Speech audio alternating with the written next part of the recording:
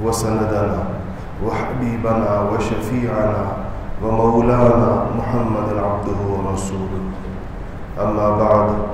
فأعوذ بالله من الشيطان الرجيم. بسم الله الرحمن الرحيم. وإذ يرفع إبراهيم القواعد من البيت وإسماعيل ربنا تقبل منا إنك أنت السميع العليم ربنا وتب علينا إنك أنت التواب الرحيم ربنا واجعلنا مسلمين لك ومن ذريتنا أمة مسلمة لك وأرنا مناسكنا وتب علينا إنك أنت التواب الرحيم ربنا وابعث فيهم رسولا منهم يتلو عليهم آياتك ويعلمهم الكتاب والحكمة ويزكيهم إنك أنت العزيز الحكيم. صدق اللہ العظیم. میرے محترم بھائیوں، دوستوں اور بزرگوں، شوال کا یہ پہلا جمعہ ہے اور رمضان المبارک ابھی قریب ہی میں ایک ہفتے پہلے گزرا ہے. رمضان کی مقصدیت اللہ جل شانہ نے کیوں عطا کیا تھا اور کیا مقاصد تھے اس کے، اس پر گفتگو بڑی تفصیل کے ساتھ جمعے کی ان خطبات میں بھی ہوتی رہی اور اتوار کی ہماری جو اصلاحی مجلس ہوتی ہے اس کے اندر بھی ہوتی رہی. جس طرح ہمیں رمضان کی آمد سے پہلے اس کی بھرپور تیاری کرنے کی ضرورت ہوتی ہے، اور جس طرح ہمیں رمضان کے دوران اس کے اوقات کو زیادہ سے زیادہ قیمتی بنانے کی ضرورت ہوتی ہے، ایسے ہی ہمیں رمضان کے بعد ایک محاسبے کی ضرورت ہوتی ہے. رمضان کے بعد محاسبہ اس بات کا ہوتا ہے کہ وہ سود و زیاں کا حساب ہوتا ہے. کیا کھویا کیا پایا، اس کا حساب رمضان کے بعد انسان کو کرنا چاہیے. اگر اس کو مقاصد رمضان سے پوری آگاہی ہے تو اس کے لیے یہ محاسبہ کوئی مشکل کام نہیں ہے. یہ احتساب اس کے لیے کوئی مشکل نہیں ہے اپنے آپ کا، جس میں وہ اپنے آپ سے پوچھ سکتا ہے، اپنے آپ کو دیکھ سکتا ہے، اپنے معمولات کا جائزہ لے سکتا ہے، اپنی قلبی کیفیت کو دیکھ سکتا ہے، اپنی عبادت کو، اپنے معاملات کو، اپنی اطاعت کو، اس میں وہ دیکھ سکتا ہے کہ میں کسی تربیت سے گزرا ہوں یا نہیں گزرا. یہ جو تربیت ہے جس سے انسان کا گزرنا ضروری ہے اور اللہ جل شانہ اس کو گزارنا چاہتے ہیں اور اس کے لیے اس کو مختلف مواقع عنایت فرماتے ہیں، اس کے لیے قرآن پاک نے ایک لفظ یا ایک اصطلاح استعمال کی ہے، ایک ٹرمینالوجی ہے قرآن پاک کی کہ اس عمل کو تزکیہ کہتے ہیں. تزکیہ کا لفظی مطلب ہے سنوارنا، پاک کرنا، یا اگر یہ جانوروں کے لیے استعمال کیا جائے تو اس کو کہیں گے سدھارنا. جس طرح جانور سدھارے جاتے ہیں مختلف کاموں کے لیے، آپ نے ان کے مناظر دیکھے ہوں گے، لوگ مختلف جانوروں کو کیسے سدھار لیتے ہیں. تو قرآن پاک نے اس کو تزکیہ کہا ہے. یہ تزکیہ ایسی عظیم الشان چیز ہے کہ میں نے آپ کے سامنے سورہ بقرہ کی جو آیات پڑھی کہ ابراہیم علیہ السلام تشریف لائے فلسطین سے مکہ مکرمہ، جہاں وہ اپنے ایک بہت ہی چھوٹے بیٹے کو اور ان کی والدہ ماجدہ کو چھوڑ گئے تھے. اس کے بعد وہ آتے رہے، 3-4 دفعہ آئے مختلف موقعوں پر، لیکن ابراہیم علیہ السلام کی جو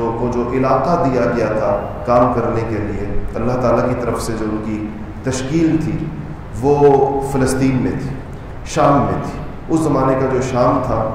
وہ اس زمانے کے 4-5 ملکوں کو شامل ہے. اس دور کو جب ہم ارض شام کہتے ہیں پرانی تاریخی اصطلاح کے اندر، تو اس سے موجودہ سیریا، جارڈن، لیبنن، اسرائیل اور موجودہ فلسطین، یہ پانچوں ملک اس سے مراد ہوتے ہیں۔ یہ بات کی تقسیمات ہیں، یہ تو خاص طور پر دوسری جنگ عظیم کی بات کی تقسیمات ہیں، یہ گزشتہ صدی کی۔ تو پیدائش ابراہیم علیہ السلام کی عراق میں ہوئی تھی، موجودہ عراق میں، اور محنت اور بعثت کے کام انہوں نے شام میں کیے تھے۔ اولاد ایک اہلیہ ان کی وہاں پر تھی شام میں، جن سے اسحاق علیہ السلام پیدا ہوئے، حضرت سارہ، اور دوسری اہلیہ مکہ مکرمہ میں تھی جن سے اسماعیل علیہ السلام پیدا ہوئے۔ تو جب اسماعیل بڑے ہو گئے اور ابراہیم تشریف لائے تو انہوں نے مل کر خانہ کعبہ کو اس کی بنیادوں کے اوپر اٹھایا۔ خانہ کعبہ اس سے پہلے سے موجود تھا، لیکن زمانے کے مختلف حالات کے اندر اس کی فقط بنیادیں رہ گئی تھیں اور اس کی عمارت ختم ہو گئی تھی۔ تو قرآن نے اس کے لیے جو لفظ استعمال کیا ہے کہ وَإِذْ يَرْفَعُ إِبْرَاهِيمُ الْقَوَاعِدَ مِنَ الْبَيْتِ وَإِسْمَاعِيلُ، کہ جب ابراہیم نے گھر کی، البیت کی یعنی بیت اللہ کی بنیادوں سے اس کو کھڑا کیا، اس کی بنیادوں پر عمارت کھڑی کی، اور ان کے ساتھ اسماعیل تھے، باپ بیٹا تھے دونوں۔ یہ بڑا تاریخ انسانی کا بڑا اہم ترین موقع ہے، اس اعتبار سے کہ بیت اللہ کی تعمیر نو ہو رہی ہے، یعنی بیت اللہ اثر نو بازیافت ہوا ہے، پھر سے ملا ہے، اور ایک مرکز قیامت تک کے لیے مسلمانوں کا تعمیر ہو رہا ہے۔ تو اس موقع پر ابراہیم علیہ السلام نے اس بابرکت ترین موقع پر، اس تاریخی موقع پر، تاریخ انسانی کے اس اہم ترین موقع پہ اللہ تعالیٰ سے جو کہا، جو بات چیت کی، وہ قرآن نے ریکارڈ کر لی، اس کو لکھ دیا کہ ابراہیم نے ہم سے یہ کہا۔ تو بنیادیں اٹھائیں، وَإِذْ يَرْفَعُ إِبْرَاهِيمُ الْقَوَاعِدَ مِنَ الْبَيْتِ وَإِسْمَاعِيلُ رَبَّنَا تَقَبَّلْ مِنَّا إِنَّكَ أَنْتَ السَّمِيعُ الْعَلِيمُ۔ سب سے پہلی بات ابراہیم علیہ السلام نے یہ کہی کہ یا اللہ تو ہمارے اس عمل کو قبول فرما لے، یہ جو ہمیں تو نے توفیق عطا فرمائی اپنا گھر بنانے کی، اس کو تو قبول فرما لے۔ اور یہ نیک لوگوں کی نشانی ہوتی ہے کہ وہ جب کام کرتے ہیں تو اس کی قبولیت اللہ تعالیٰ سے ہی چاہتے ہیں، وہ خلق خدا سے کوئی توقع نہیں رکھتے۔ ابراہیم علیہ السلام نے یہ نہیں کیا کہ بیت اللہ بنانے کے بعد لوگوں کو بلا کر کہا ہو کہ ہم نے تمہارے لیے اللہ کا گھر بنا دیا تو تم ہمارے بڑے شکر گزار ہو جاؤ، جس طرح ہمارے ہاں جو لوگ کام کرتے ہیں کوئی تھوڑا بہت عوام کے پیسوں سے، پھر وہ عوام کو بتاتے ہیں کہ ہم نے آپ کے لیے یہ کچھ کیا، کیونکہ صلہ عوام سے چاہیے ہوتا ہے۔ جن لوگوں کو صلہ اللہ سے چاہیے ہوتا ہے وہ اپنا عمل کرنے کے بعد اللہ کی بارگاہ کے اندر پیش کر دیتے ہیں کہ ربنا تقبل منا، یا اللہ تو ہم سے قبول فرما لے، اس لیے کہ تیرے لیے یہ کام کیا گیا ہے، تیرے حکم پر کیا گیا ہے اور تیرے لیے ہی کیا گیا ہے۔ دوسری بات ارشاد فرمائی اس کے ساتھ ابراہیم علیہ السلام نے کہ ربنا وجعلنا مسلمین لک، یا اللہ یہ جو ہم دو بندے کھڑے ہیں تیرے سامنے، میں اور میرا بیٹا اسماعیل، اجعلنا ہم دونوں کو بنا مسلمین لک، یا اللہ اپنا تابع دار، اپنا فرما بردار، اپنے احکامات کے آگے جھکا ہوا، سرنڈر، اسلام کا ترجمہ سرنڈر کیا جاتا ہے کہ انسان جھک جاتا ہے احکامات الہی کے سامنے، چوں چرا نہیں کرتا۔ حکم الہی کے سامنے انسان چوں چرا نہ کرے اس کو مسلمان کہتے ہیں۔ تو کہا کہ مجھے اور میرے اس بیٹے کو اجعلنا مسلمین لک، یا اللہ اپنے سامنے تابع دار بنا دے، جھکا ہوا بنا دے، فرما بردار بنا دے، وَأُمَّةً مُسْلِمَةً لَكَ، اور یا اللہ ہماری جو اولاد آئے ہمارے بعد، جتنی نسل ہم اس سے، مجھ سے یا میرے بیٹے سے جو اگلی نسلیں ہمارے آئیں، جو امت آئے، مُسْلِمَةً لَكَ، یا اللہ وہ بھی ساری کی ساری تیرے آگے فرما بردار ہو، وہ ساری کی ساری تیرے آگے جھکی بھی ہو۔ دیکھیں اللہ جل شانہ دعائیں کیسے قبول فرماتے ہیں۔ آج یہ جو ہم جمعے کے لیے حاضر ہیں، حکم الہی پر آئے، یہ وقت ہے، ہمیں بلایا گیا ہے اللہ تعالیٰ کی طرف سے، حکم بھیجا گیا ہے کہ اس وقت کے اندر مسجدوں کے اندر جمع ہو جاؤ اور ایک 2 رکعت فرض ادا کرو۔ تو ہم یہ جو ہم ابراہیم علیہ السلام کی امت، ابراہیم علیہ السلام نے جس امت کے بارے میں اللہ سے کہا تھا کہ یا اللہ وہ مسلمۃ لک، تیرے احکامات کے آگے وہ جھکی ہوئی ہو، یہ ہم لاکھوں لوگ، کروڑوں لوگ، بلکہ 2.25 ارب لوگ آج یہ ہم ملت ابراہیمی کہلاتے ہیں. ابراہیم علیہ السلام کی ملت ہے، حضور صلی اللہ علیہ وسلم کی امت. حضور صلی اللہ علیہ وسلم خود ابراہیم علیہ السلام کی اولاد ہے، اسماعیل علیہ السلام کی اولاد ہے. وَأَرِنَا مَنَاسِكَنَا، اگلی بات کہا کہ یا اللہ ہمیں عبادت کے طریقے سکھا دیجیے. منسک کہتے ہیں عبادت کے طریقے کو، اسی لیے ہم کہتے ہیں مناسک حج، ایک لفظ استعمال ہوتا ہے، آپ نے سنا ہوگا مناسک حج، حج کرنے کا جو طریقہ ہوتا ہے، اس کی واحد منسک. تو انہوں نے کہا کہ ہمیں یا اللہ تو ہم سے عبادت چاہتا ہے، تو ہم سے فرما برداری چاہتا ہے، تو ہم سے اطاعت چاہتا ہے، تو تیری اطاعت اور تیری فرما برداری اور تیری عبادت کرنے کا طریقہ کیا ہوگا، وہ صورتیں اور وہ شکلیں کیا ہوں گی یا رب، وہ ہمیں سکھا دیجیے، وہ ہمیں بتا دیجیے. تب ہمیں رسول اللہ صلی اللہ علیہ وسلم کی نبوت کی برکت سے یہ باتیں بتائی گئی ہیں کہ جمعے کی نماز پڑھنی ہے اور فجر کی نماز پڑھنی ہے اور دن میں 5 نمازیں پڑھنی ہیں اور رمضان کے روزے رکھنے ہیں اور زکوٰۃ دینی ہے اور زندگی میں ایک بار جس کی استطاعت ہو اس نے حج کرنا ہے اور معاملات ایسے کرنے ہیں اور والدین کے حقوق یہ ہیں اور اولاد کو ایسے پالنا ہے اور سچ بولنا ہے اور امانت کے ساتھ زندگی گزارنی ہے اور غریبوں کے اوپر خرچ کرنا ہے، ان کی خبرگیری کرنی ہے. یہ وہ طریقے ہیں جو پھر اللہ جل شانہ نے ہمیں سکھائے ہیں کہ یہ طریقے ہیں میری رضا جوئی کے، یہ طریقے ہیں مجھے راضی رکھنے کے اور جس مقصد کے لیے تمہیں پیدا کیا ہے اس کے اوپر آنے کے. تو یہ تیسری بات ابراہیم علیہ السلام نے فرمائی کہ وَأَرِنَا مَنَاسِكَنَا، اور پھر چوتھی بات کہی کہ وَتُبْ عَلَيْنَا، اور اللہ ہمیں معاف بھی فرما دے. آپ سوچیں کہ کس چیز، بیت اللہ بنانے پر معافی مانگ رہے ہیں، کہہ رہے ہیں وَتُبْ عَلَيْنَا، اور یا اللہ پھر ہمیں معاف بھی فرما دے کہ ہم چاہے جتنی بھی تیری رضا جوئی کی کوشش کر لیں، جو تیری شان ہے اس کے جو شایان شان عبادت ہے وہ تم سے نہیں ہو سکتی. یہ انبیاء کہہ رہے ہیں، یہ ابراہیم کہہ رہے ہیں جن کی پوری نسل نبیوں پر مشتمل ہے. 2 بیٹے اسماعیل، دوسرا بیٹا اسحاق، دونوں بیٹے نبی. اسحاق کے بیٹے یعقوب، وہ بھی نبی. یعقوب کے بیٹے یوسف، وہ بھی نبی. سارا گھرانہ نبیوں کا ہے. نسل در نسل ایسی نبوت کسی کے خاندان میں نہیں چلی جیسے ابراہیم علیہ السلام کے خاندان کے اندر چلی. تو کہہ رہے ہیں وَتُبْ عَلَيْنَا، بیت اللہ تعمیر کر کے فارغ ہوئے ہیں اور کہہ رہے ہیں کہ اللہ پھر ہمیں معاف فرما دے. إِنَّكَ أَنْتَ التَّوَّابُ الرَّحِيمُ، کیونکہ تو انتہائی رحم کرنے والا اور انتہائی معاف کرنے والا ہے، تو معاف کرتا ہے اپنے لوگوں. پھر اس سے فارغ ہونے کے بعد یہ تو دعا ہو گئی اپنے لیے، بیٹے کے لیے. ایک دعا اگلی نسلوں کے لیے فرمائی جنہوں نے مکہ میں آباد ہونا تھا، جو اسماعیل کی نسل نے آگے بڑھنا تھا. تو کہا کہ ربنا وابعث فیہم رسولا منہم، یا اللہ ان میں، اب ظاہر بات ہے کہ اسماعیل تو موجود تھے وہاں پر، اسماعیل مراد نہیں،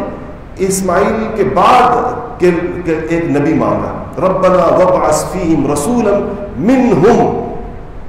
اس سے 2-3 باتیں پتہ چلتی ہیں. ایک تو رسول مانگا اور کہا کہ انہی میں سے ہو. کیا مطلب؟ کہ وہ اسماعیل کی اولاد میں سے، اسماعیل سامنے تھے، انہی کی وہاں پر ننیال تھا مکہ مکرمہ میں. دوسرے نبی جو تھے، دوسرے بیٹے جو تھے ابراہیم علیہ السلام کے، اسحاق علیہ السلام، وہ تو شام میں تھے، تو منہم سے وہ تو مراد نہیں ہو سکتے. اصل میں یہودیوں کا یہ دعویٰ ہے، یہ ابراہیم کی یہ دعا یہ تورات کے اندر بھی. یہودی یہ کہتے ہیں، اختلاف مسلمانوں اور یہودیوں کا اس بات میں ہے کہ ابراہیم کی اس دعا کا مصداق کون ہے، یہ دعا کس کے لیے تھی، کیونکہ نبیوں کی دعائیں تو قبول ہوتی ہیں. تو جب ابراہیم کی دعا قبول ہوئی، کس کے حق میں قبول ہوئی؟ تو یہودی کہتے ہیں کہ یہ دعا اسحاق کی اولاد کے حق کے اندر تھی، اس لیے وہ نبی آخر الزمان جو ہے وہ اسحاق کی اولاد میں آئے گی. اور مسلمان یہ کہتے ہیں کہ یہ دعا اسماعیل علیہ السلام کے حق کے اندر تھی اور نبی آخر الزمان محمد مصطفیٰ صلی اللہ علیہ وسلم وہ اسماعیل علیہ السلام کی اولاد کے اندر تشریف. تو ابراہیم نے کہا کہ انہی میں سے اسماعیل ساتھ تھے، قرآن کے الفاظ ہیں کہ اسماعیل ساتھ ہے. تو کہا کہ وہ نبی بھیج، رسول امین، ایک تو وہ ان میں سے ہو، اسی قوم میں سے ہو، اسی نسل میں سے ہو. اور پھر دوسری بات، اس نبی کے لیے 4 باتیں ابراہیم علیہ السلام مانگ رہے ہیں. کہ یا اللہ جب تو اس نبی کو بھیجے جو ان میں سے ہو، وہ کرے کیا؟ یعلمہم الکتاب والحکمہ، یتلو علیہم آیاتہ، پہلی بات کہا کہ کوئی ان کو تیری آیتیں پڑھ پڑھ کے سنائے۔ آیتوں کے دو مطلب لیے جاتے ہیں، کتاب کی آیتیں بھی ہو سکتی ہیں، اور آیت کا لفظ عربی کے اندر اس کا مطلب ہوتا ہے نشانیاں۔ تیری نشانیوں کے ذریعے سے تیرا تعارف کرائے، تیری مخلوق کو بتائے کہ یہ آسمان تو نے پیدا کیا، زمین تو نے پیدا کی، پہاڑ تو نے پیدا کیے، انسان تو نے پیدا کیے۔ اللہ کی نشانیاں ہیں ساری، ہم اسی نشانیوں سے اللہ کو پہچانتے ہیں، ہم نے اللہ کو دیکھا تو نہیں ہے۔ تو ایک مطلب یہ کہ تیری نشانیوں کے ذریعے سے تیرا تعارف کرائے، اور دوسرا مطلب یہ کہ تیرا کلام پڑھ پڑھ کے لوگوں کو سنائے، لوگوں کے سامنے قرآن پڑھے، لوگوں کے دل تیرے کلام کی طرف مائل کرے۔ پہلی بات یہ کرے وَيُعَلِّمُهُمُ الْكِتَابَ وَالْحِكْمَةَ، اور دوسرا کام وہ یہ کرے کہ لوگوں کو کتاب کی تعلیم دے، یعنی جو اس پہ کتاب نازل ہو آسمانوں سے، وہ اس کتاب کی۔ قرآن کے اندر جہاں بھی لفظ الکتاب آیا ہے الف لام کے ساتھ الکتاب، اس سے مراد قرآن پاک ہوتا ہے۔ قرآن کی تعلیم دے، آسمانی کتابیں مراد ہوتی ہیں۔ اہل الکتاب آتا ہے تو اس سے مراد بھی آسمانی کتابوں کے حامل یعنی تورات و انجیل والے لوگ۔ الکتاب سے مراد آسمانی کتاب، ہمارے لیے قرآن۔ یعلمہم الکتاب والحکمہ، اور چوتھی بات ارشاد فرمائی اس کے ساتھ کہ وَيُزَكِّيهِمْ، اور یا اللہ وہ ان کا تزکیہ کرے، ان کے نفس سنوارے، ان کو اپنی عادات سے، اپنی خواہشات سے، اپنے نفس پرستی سے، خواہش پرستی سے نکال کر ان کو یا اللہ وہ تیرے احکامات کے سانچے کے اندر ڈھالے۔ بین ہی اسی قسم کے الفاظ اللہ جل شانہ کے منقول ہیں جو موسیٰ علیہ السلام کو کہا کہ اذهب الى فرعون انه طغى، موسیٰ کو اللہ کہہ رہے ہیں علیہ السلام کو کہ جائیے، یہ بھی ابراہیم کے اولاد میں سے موسیٰ علیہ السلام کی، کہا کہ جائیے، اذهب جائیے الى فرعون کی طرف، انه طغى، اس لیے کہ اس نے سرکشی اختیار کی، یہ سرکش ہو گیا۔ اور کیا کہیں ان کو، آپ جا کر بات کیا کریں، فَقُلْ هَلْ لَكَ إِلَىٰ أَن تَزَكَّىٰ، وہی لفظ تزکا، تزکیہ والا کہیں، اور اس کا ترجمہ بڑا خوبصورت ہمارے استاد محترم حضرت شیخ الاسلام مفتی محمد تقی عثمانی صاحب دام برکاتہم نے اپنے ترجمہ قرآن کے اندر اس کا ترجمہ کیا ہے کہ کیا اور سے کیا تو یہ چاہتا ہے کہ تو سنور جائے؟ فرعون سے یہ پوچھ، موسیٰ آپ فرعون سے جا کے پوچھیں کہ تم سنورنا چاہتے ہو، تم چاہتے ہو کہ تم سنور جاؤ؟ اگر سنورنا چاہتے ہو تو پھر میری رسالت کو تسلیم کرو، اور میں جو احکامات لے کر آیا ہوں، جو کتاب لے کر آیا ہوں، جو تفصیلات لے کر آیا ہوں، جو شریعت لے کر آیا ہوں، اس کو تسلیم کرو۔ تو لفظ جو ابراہیم نے استعمال کیا اور لفظ جو موسیٰ علیہ السلام نے استعمال کیا وہ ہے تزکیہ، قرآن کے اندر آتا ہے۔ یہی تزکیہ مقصود تھا رمضان المبارک کا جو گزرا ہے پچھلے دنوں کے،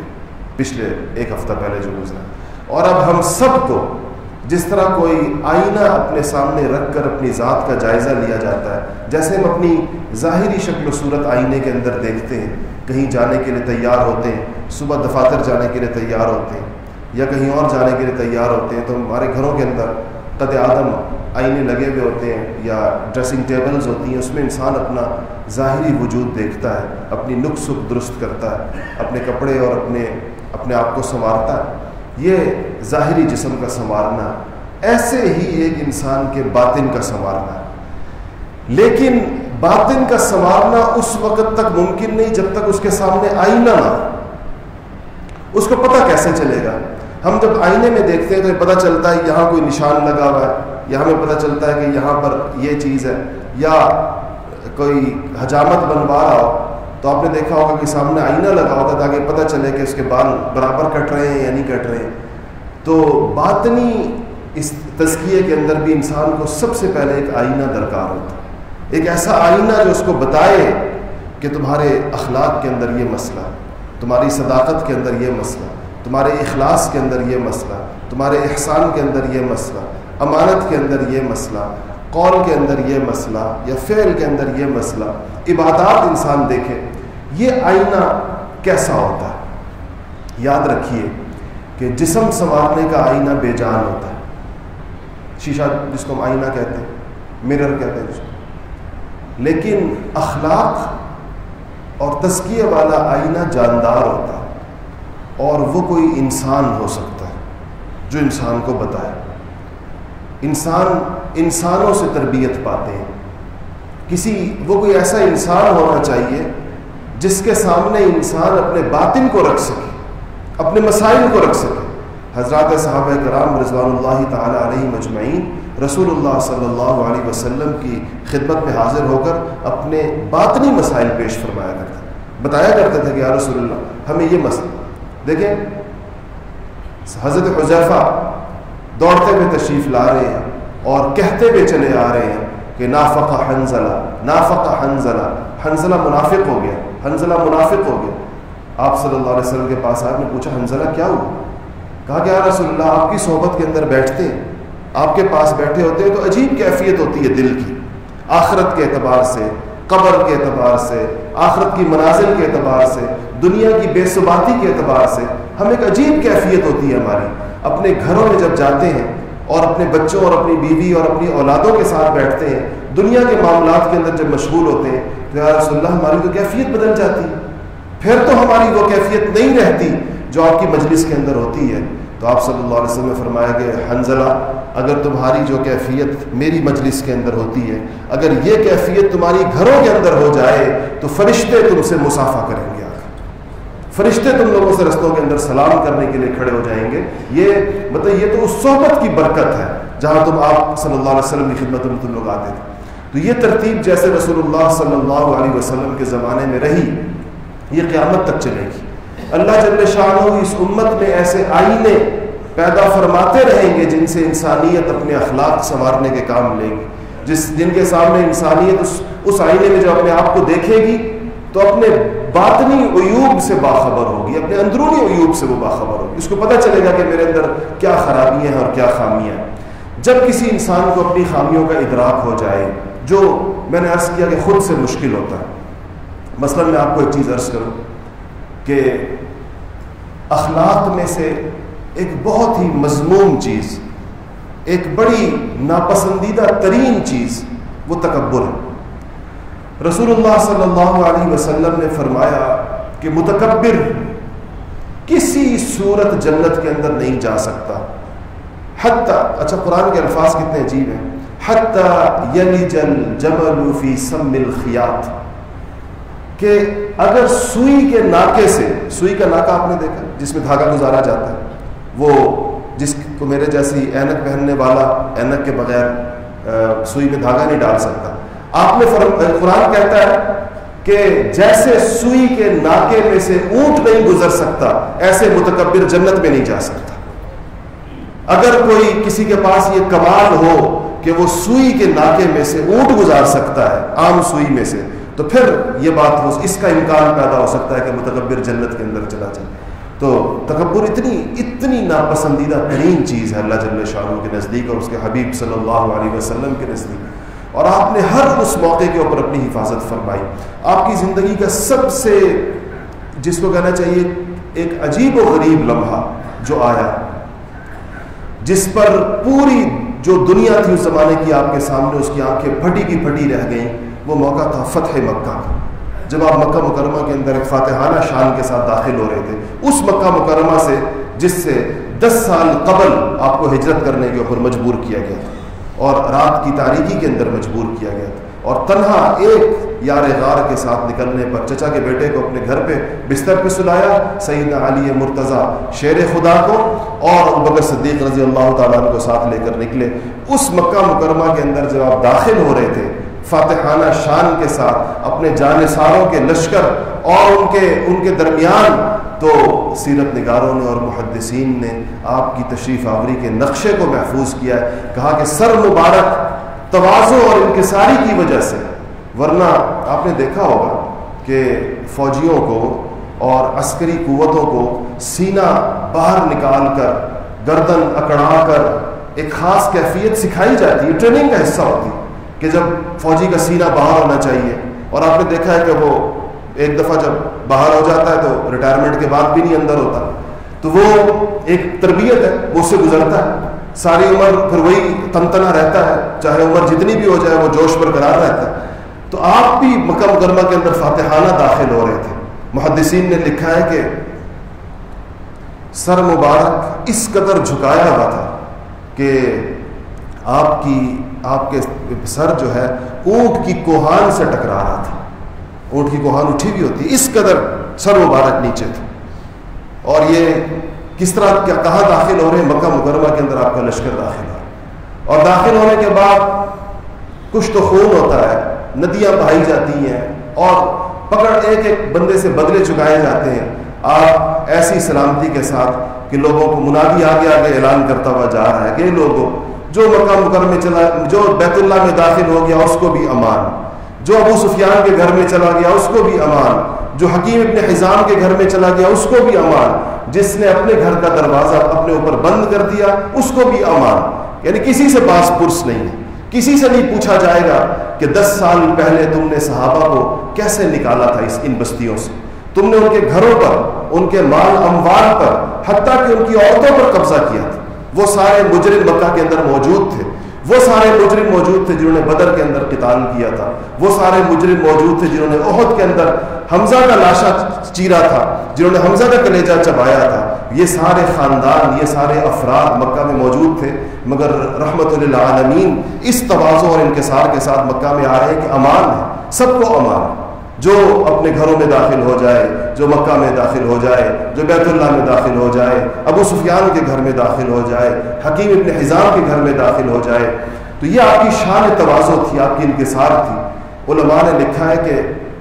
تکبر کو پہچاننا اتنا دشوار کام ہے. کوئی آدمی کیسے پہچانے کہ میرے اندر تکبر ہے یا نہیں ہے؟ لکھا ہے تکبر کی سب سے خطرناک شکل وہ ہوتی ہے جب وہ تواضع کی شکل کے اندر ہوتا ہے, کہ انسان بظاہر متواضع ہوتا ہے لیکن اندر سے اس کے اندر تکبر ہوتا ہے. یہ تواضع اس لیے وہ اختیار کرتا ہے کہ لوگ اس کو متواضع سمجھیں, لوگ اس کے بارے میں اچھی رائے رکھیں, کیونکہ لوگ متکبر آدمی کو پسند نہیں کرتے, اس کے بارے میں لوگوں کی رائے منفی ہوتی ہے. تو یہ اس لیے تواضع اختیار کرتا ہے. علماء نے لکھا ہے کہ ایسے متکبر کی اصلاح بھی نہیں ہوتی, اس لیے کہ اپنے آپ کو متکبر نہیں سمجھ رہا ہوتا. اصلاح اس کی ہوگی جو پہلے اپنے مرض کی تشخیص کر سکے گا. جس طرح دنیا کے اندر ہوتا ہے, آپ کسی ڈاکٹر کے پاس جاتے ہیں تو سب سے پہلا کام ڈاکٹر کیا کرتا ہے کہ آپ کے مرض کو ڈائگنوز کرتا ہے, اس کی تشخیص کرتا ہے کہ ہاں پہ یہ مسئلہ ہے, پھر اس کے حساب سے دوائی دے گا, اسی کے حساب سے آپ کا پورا علاج چلے گا, پوری ٹریٹمنٹ چلے گی. یہ تو نہیں ہو سکتا کہ ڈاکٹر تشخیص ہی نہ کرے اور آپ کو کہے کہ میڈیکل اسٹور چلے جاؤ, کوئی سی دوائی اٹھا کے استعمال کرنا شروع کر دو. آپ نے زندگی میں ایسا علاج نہیں سنا ہوگا آج تک. ایسے ہی باطنی امراض, اندرونی تکبر ہے انسان کے اندر. انسان کے اندر خود نمائی ہے, شہرت کا طالب ہے انسان اپنی ضرورت سے زیادہ مال کو طلب کرنے والا ہے. انسان کے اندر صداقت کی بجائے بعض اوقات اس کے اندر کذب اور جھوٹ کا مادہ پایا جاتا ہے, اس کے اندر وعدہ خلافی ہوتی ہے, اس میں امانت کی بجائے خیانت کے جراثیم انسان کے اندر ہوتے ہیں, بہادری کی بجائے بزدلی ہوتی ہے, سخاوت کی بجائے اس کے اندر کنجوسی ہوتی ہے. یہ باطنی امراض کہلاتے ہیں. انبیاء علیہ الصلوۃ والسلام انسانوں کو اس سے پاک کرنے کے لیے تشریف لایا کرتے تھے, اور جو ان سے پاک ہو کر قبر کے اندر گیا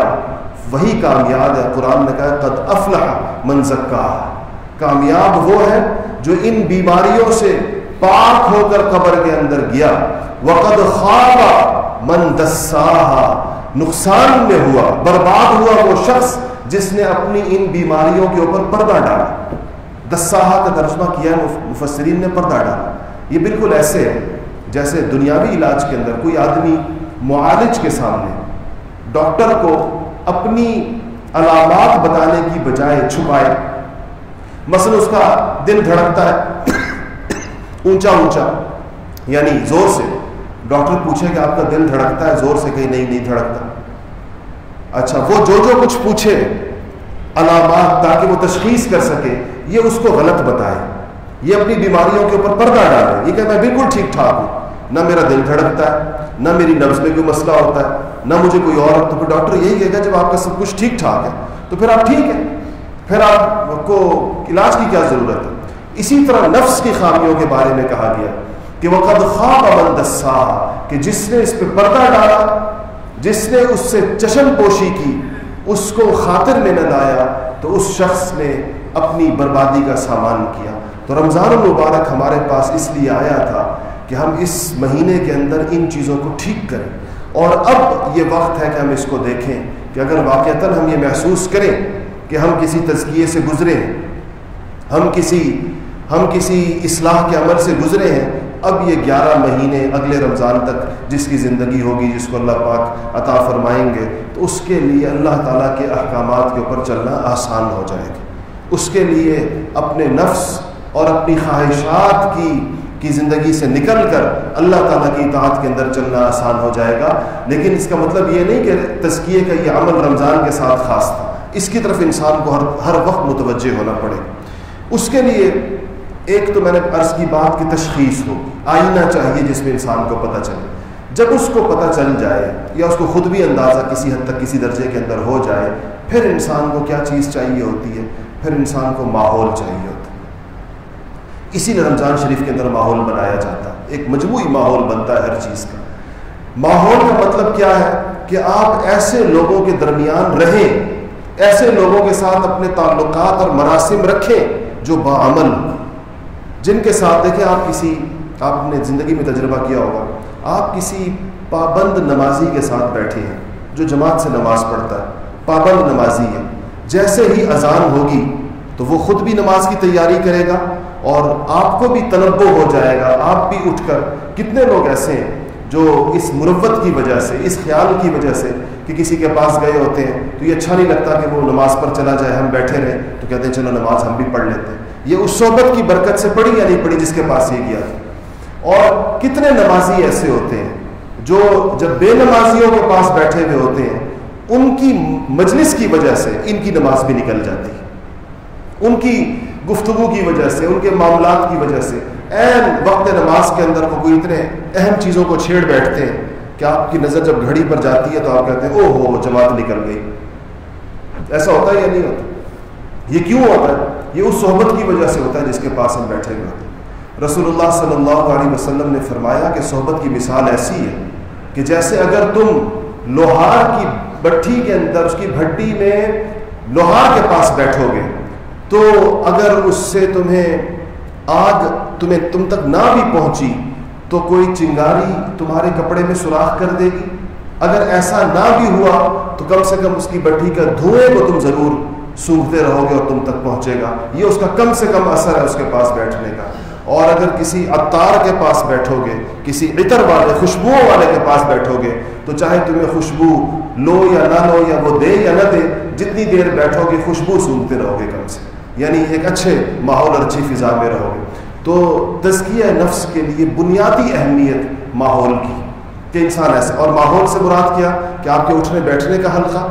آپ کے ملنے جلنے کا حلقہ، آپ کے نشست و برخاست کا، تعلقات کا، وقت گزارنے کے اعتبار سے کچھ ایسے لوگوں کے ساتھ، ایسے نیک لوگوں کے ساتھ اپنے مراسم رکھنے چاہیے کہ ان کو دیکھ کر، ان کی اتباع کے اندر، ان سے انسپائریشن لے کر، ان سے ایک موٹیویشن لے کر انسان نیکی کی طرف آمادہ، نیکی کی طرف وہ جائے، اس کو نیکی کی طرف اس کی رغبت پیدا ہو۔ اور یہ سب سے آسان، سہل اور آزمودہ طریقہ ہے۔ حضرات صحابہ کرام رضوان اللہ تعالی علیہ مجمعین کی اسی بنیاد کے اوپر تربیت ہوئی تھی، اور مکہ مکرمہ سے ہجرت کے اندر ایک بڑی مصلحت یہ تھی کہ جو ماحول رسول اللہ صلی اللہ علیہ وسلم بنانا چاہتے تھے صحابہ کی تربیت کے لیے، جنہوں نے امت کی تربیت کرنی تھی، وہ مکہ کی پابندیوں کے اندر وہ ممکن نہیں تھا مشرکین کے غلبے کی وجہ سے۔ اس لیے آپ مدینہ منورہ اپنے پورے مجمع کو لے کر تشریف لے گئے کہ وہاں پر وہ فضا اور ماحول بنایا جائے گا جس میں حضرات صحابہ کرام کو پوری شریعت کے اوپر عمل پیرا ہونے کے مواقع بھی دستیاب ہوں گے، اور عملاً رسول اللہ صلی اللہ علیہ وسلم کی صحبت کے اندر وہ ان مناظر کو دیکھیں گے اور اس کو اپنی طبیعتوں کے اندر لائیں گے۔ تو میرے بھائیوں اور دوستوں، یہ ہماری ضرورت بھی ہے۔ رمضان شریف اسی لیے عطا ہوا تھا، سنجیدگی کے ساتھ، اخلاص کے ساتھ، درد دل کے ساتھ، اپنی قبر کو، زندگی کی بے ثباتی کو، زندگی کے اختصار کو، زندگی کے تھوڑا ہونے کو سامنے رکھتے ہوئے آخرت کے دوام کو، آخرت کی ہمیشگی کو، اور آخرت اور دنیا کے درمیان کے مراحل جو بڑے سخت مراحل ہیں، جو برزخی مراحل ہیں، جو قبر سے شروع ہوتے ہیں، اور وہ جو یوم آخرت ہوگا جس میں حساب کتاب ہوگا، نامہ اعمال پیش ہوں گے اور نامہ اعمال حوالے ہوں گے اور جنت جہنم کے فیصلے ہوں گے، اس سارے دور کو جس نے ہم پر لازماً آنا ہے اور لازماً ہم میں سے ہر شخص نے اس سے گزرنا ہے، اس کو سامنے رکھ کر زندگی کے ان قیمتی ترین اوقات کو صحیح مصرف میں لگانے کی کوشش کرنی چاہیے۔ اللہ تعالیٰ مجھے بھی عمل کی توفیق نصیب فرمائے اور آپ کو بھی۔ وآخر دعوانا الحمدللہ رب العالمین۔